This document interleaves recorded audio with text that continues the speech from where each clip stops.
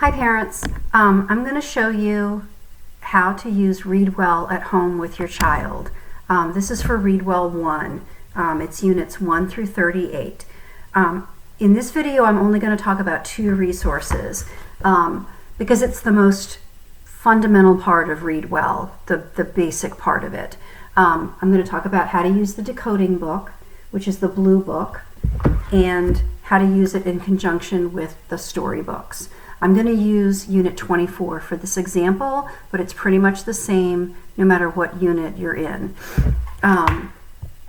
Okay, so let's say we're starting Unit 24. You always start with a decoding book. And I'm going to turn to the first page, because this book actually starts with Unit 24. The decoding books, this one is for Units 24 through 29.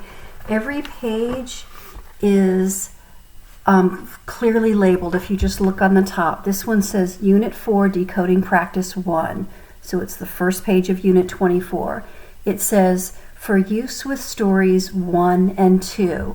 The stories it's referring to are the stories in the corresponding book. So you're always going to start out with the decoding page. And these are the pages that your children have been used to using up on my smartboard when they come to my classroom for reading group. They probably haven't seen the books before because I scan these and project them on the smartboard, but it's the same thing, and if you tell them that, they'll probably recognize it. So for Unit 24, we're focusing on the letter G. There's a little poem up here. We usually don't do those. They're kind of silly, I think. And the kids are beyond that. So we usually don't do that part. But we talk about the letter G, what it sounds like. This is the word gorilla because the story is about a gorilla. Here's the meat of the page. And it tells you right here in the tiny words what to do. It says for each word, have students say the underlined part, sound out the word in one smooth breath, and then read the word. So it would go like this: et, get. G, big, big. And then this part underlined is IGS, so igs, wigs, wigs, twigs, grass. Anytime you see a star next to a word or a sound, it means it's new for this unit. So students might need a little extra practice for that. With that. For example, on this line, ARK, they've already learned AR and K, arc, bark, but here swing and long are new. So the ING sound and the ONG sound are new in this unit. That's what those stars mean. But students can just practice reading these. Some of your children are just going to read them beautifully, smoothly, really no problems. Others are going to need more practice sounding them out and then reading them, just depending on where your child is. This page has multi-syllable words, so you're just going to sound them out syllable at a time. Had, tat, habitat. At the very bottom, this part that's labeled tricky words, these are words that are not phonetic, so kids can't really sound them out, they just have to memorize them. So this is tricky for some students, but again, here a part is underlined, so you're going to have your child read want, wanted, because, one, who. In a separate video, I will show you how to practice these words with your child if they're having trouble with them. Every page is like that. So it always kind of like maybe starts out with a new sound, but then it has words in the middle that your child can phonetically sound out and read. And then the bottom are always the tricky words that can't be sounded out, that just have to be practiced and memorized. Okay? So again, it says to use this with stories 1 and 2. So you practice this page. At school, I vary it depending on the group and the children. Sometimes I'll read the words and then have them read it. usually I try to see what they can do on their own before I offer any help once we've learned the new sound in that unit. Now G, for none of these kids, G is a new sound, but sometimes we're introducing new sounds like AI says A, the long A sound. If that's new to them, I might have them practice a little bit. But you do this page first, and you can sit with your child and just have them read it to you and help them as needed. And then once you've done that, you go to the book. Again, they're clearly labeled. This is unit 24 and 25, so I'm going to start with 24 because that's the unit that we're on. Open up the book. It will have a table of contents, and here, unit 24 stories. It will have another table of contents. Sometimes there's vocabulary words here, and depending on what they are, we'll go over those vocabulary words. And then here's where the story starts, and it's labeled up here. It says Story 1, Duet.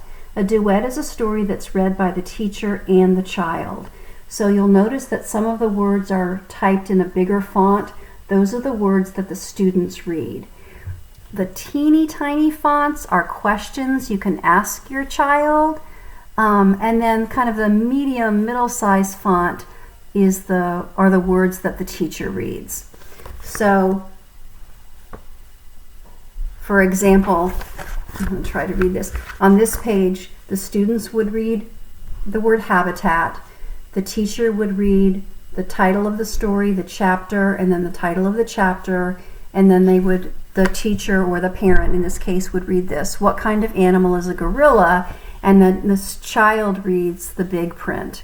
A gorilla is a mammal, and then these little teeny print are questions you can ask as you're reading with your child. And it's kind of mixed up so that the child reads the big print, and then the teacher or the parent would read the smaller print. So that's the first story in the chapter is always a duet where the adult and the child read together. And then the second chapter is always, notice how it's all big print. This is what the child is going to read all by themselves. Okay? Once you finish with chapter 2, you're going to go back to the decoding book, the blue decoding book, and you're going to turn to the next page. And this is practice page 2 for unit 24. And you notice up here it says to use with stories 3 and 4. So again, the same drill. You're just going to practice reading the words. You always have the child read the underlined part first and then the whole word. They're going to read all the words. And then at the bottom are the tricky words, or we call them red words at school. They're non-phonetic, so they have to be just practiced and memorized. So after you do this page, again, it's a cycle. Then you're going to go to story 3, or to chapter 3. We're still in unit 24. Chapter 3 is another duet story that's going to be, I'm sorry, I don't want to confuse anybody. Story 3. Always look up here, because here they're starting a new story, so it's chapter 1 because it's a different story, but it's still the same unit. But if you look up here, it says story 3, duet. It's the third chapter or story in unit 24. So look up here to match it with the decoding book. So you're going to read the duet, parents and kids together, same thing. And then story 4, looking up here, story 4, it's all the big type. This is for the student to read. Okay, when you're done with that, you go back to the decoding book. You're going to read practice 3. Right up here it says for use with stories 5 and 6. Same drill with this. Same drill then with this. You read stories 5 and 6. And most chapters have, I don't want to confuse anybody. Most units, we're in unit 24, most units have 6 stories total. So it's going to be a decoding page, 2 stories, a decoding page, 2 stories, and then another decoding page and 2 stories. They always end with kind of a practice page like this, where they're just going to practice their sounds. G, A, B, L, A, as in end, because we also know long E says E.